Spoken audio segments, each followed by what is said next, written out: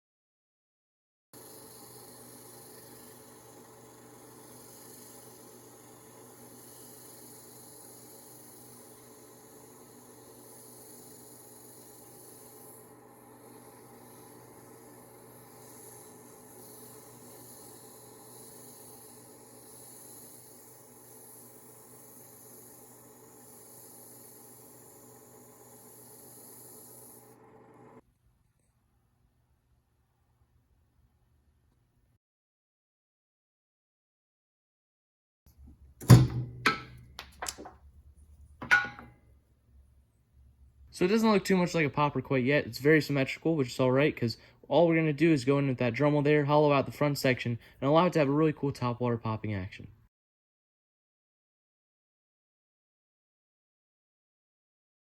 So this is what it's looking like. I had a little bit of an angle there as I Dremeled, and I also made a pretty big hole there to hollow it out. I was using an old bit there on my Dremel, so it got a little smoky and burned a little bit, but that's no worries. You're not going to see that. I'm going to paint over that, so that's no worry at all. But basically, from what I've experienced with making topwater poppers like this, I want to be able to make a kind of higher peak on the top here and a lower one on the bottom. So as it's sitting in the water can go up through there and then kind of cup off and shoot off the top as well.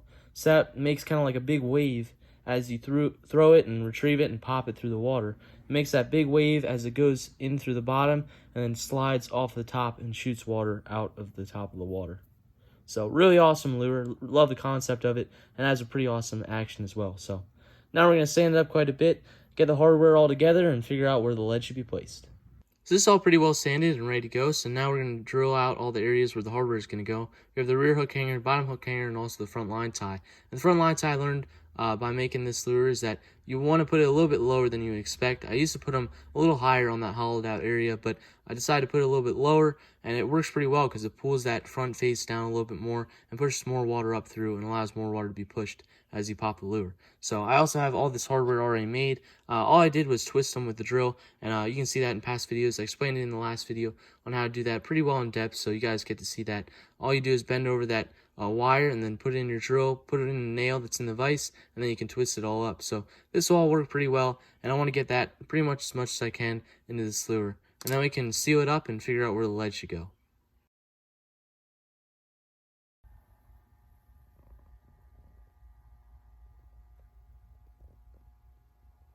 So before we get to adding the lead, I've actually decided to make a rattle and install it in this lure. And all you need for that is some ball bearings or BBs, whatever you have lying around. Also a portion of a straw and 2 heads of nails. Really all for this, you just have to get the nails and then cut off just a little bit left, leaving some behind. And then all you're going to do is use some hot glue or super glue and then install it on the top just like that. Make sure the head doesn't go all the way through. And then you insert a couple of ball bearings and then put the other side in, hot glue that in, and then you can install it into your lure. And I actually put it in this one here as well. This one's actually on YouTube. Has a really good sound to it. This is a topwater walk bait that I made. There you can hear just the rattle. But if you guys are interested in seeing the process of how I made this, works pretty awesome and really cool looking lure. Definitely go check it out. That's on my YouTube page as well. But anyway, we're going to be installing one of these into the topwater popper. So here's the little rattle, and definitely sounds pretty good. I decided to go with 1 ball bearing, and I think it ended up having a pretty clear sound, which is pretty good. And I also make sure that whenever you cut off the nail heads, you put the nail heads in this way on both sides instead of doing the part that you cut off in, because you might think it would sound alright, but it has a much more muted sound to it. It doesn't sound as clear. But anyway, I'm going to install this and then we can get to the lead. There's the hole for where the rattle will go. Now that it's sealed, it definitely has a better sound. Now let's add some lead. Since this is a topwater lure, I definitely don't need much lead, so that's the first spot that I'm going to test out to see how it looks and if I need to make adjustments.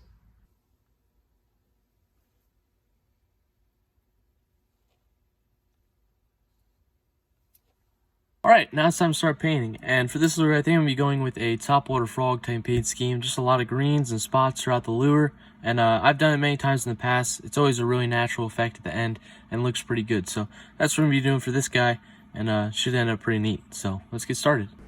To start off the painting process, I added a base coat of white. Then I added a light undertone of yellow.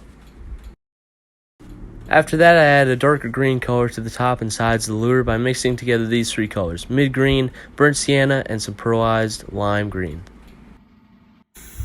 Then I add some red to the mouth of the lure.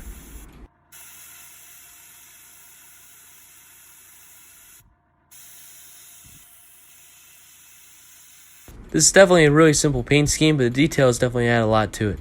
I use this fingernail detail tool to be able to add some spots throughout the lure.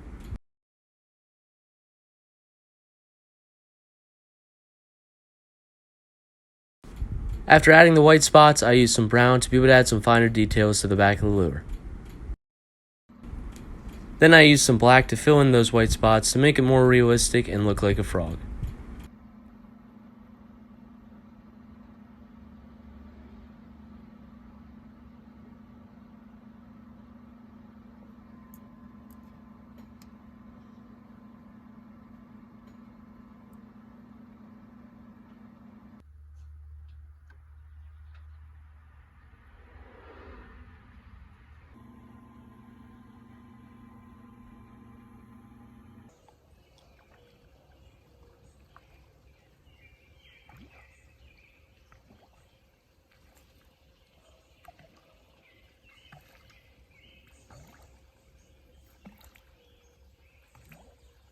So this is a topwater popper. A ton of fun to make and ended up looking pretty neat, along with a pretty awesome action as well.